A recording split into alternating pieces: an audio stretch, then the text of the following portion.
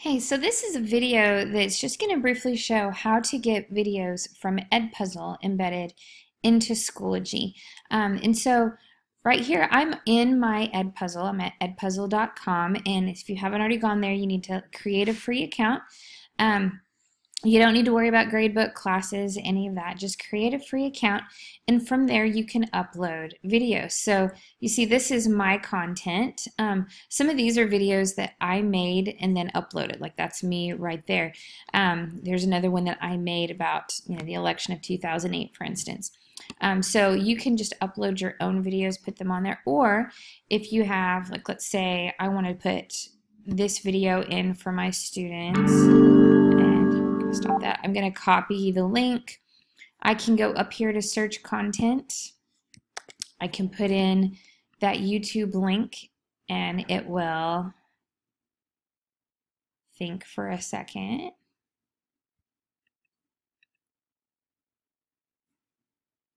There we go. It will put in that video from YouTube. When I can go in and I can cut it, do voiceover, add my questions, things like that, push finish, and all of that is in my content. So that's on the Edpuzzle end.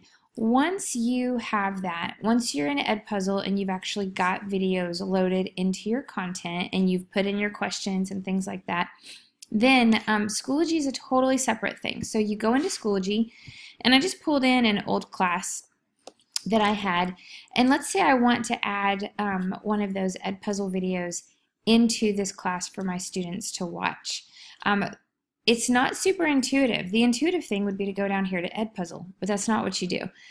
Instead, I come over here inside that course, I go to Add Materials, and you'll see over here are the links, those external resources, and so I'm going to click on Edpuzzle right here.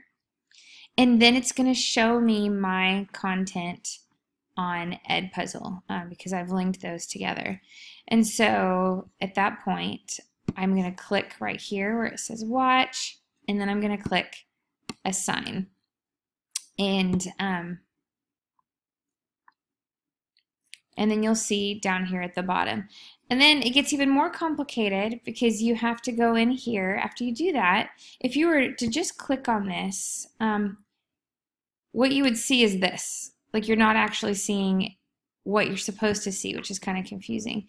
So at this point, I'm going to click on this little gear. I'm going to go to Edit. And you have to push Enable Grading. You don't have to do all the rest of it. And even if you're not going to grade it, which I use it for formative assessments, but I don't actually take a grade on it, I still have to click Enable Grading right there. Save changes. Oh, let's see. Got to put my category. I always make it ungraded. But once I do that, then you can actually see the video and you can see which students will watch and when they've turned in and that sort of thing.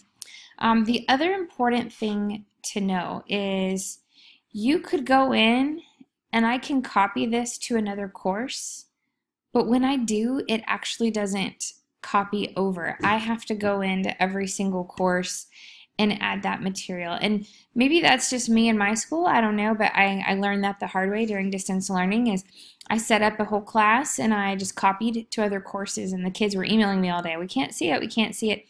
And so I learned that I had to go into each class separately to add that material and then go over here to edit to enable the grading. So slight inconvenience, but overall love Edpuzzle for the ability to input questions, to cut material, to pull things from YouTube quickly. It was a great tool.